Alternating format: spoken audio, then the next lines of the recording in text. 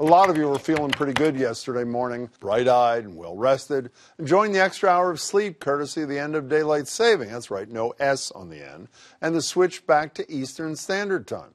Not me, because I knew that despite the crisp and sunny Sunday morning, there was a dark and dreary Sunday afternoon on the horizon. Or as one might post on Twitter in a potential copyright violation, darkness is coming.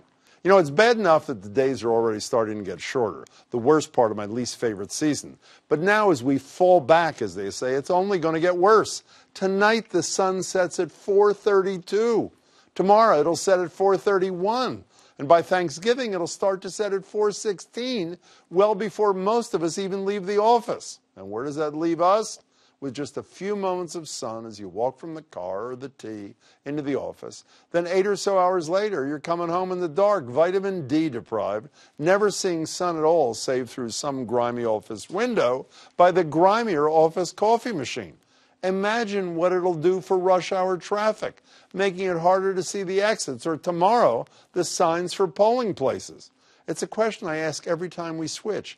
Why must we endure this sadistic semi-annual ritual of changing the clocks? Think about it. We could keep the sunlight at a time of day we can actually enjoy it, which means more time for running errands and shopping, a boost to the economy, and actually spending a few minutes outside like nature intended. Plus, we could avoid the additional injuries, heart attacks, and car accidents that credible reports say come in greater numbers when we spring forward in 6 months or so. Still not convinced? Don't take my word for it. Take it from Morocco, where the government just did away with a clock change just in the nick of daylight saving time. Or from California, where the future of daylight saving will be on the ballot in tomorrow's election.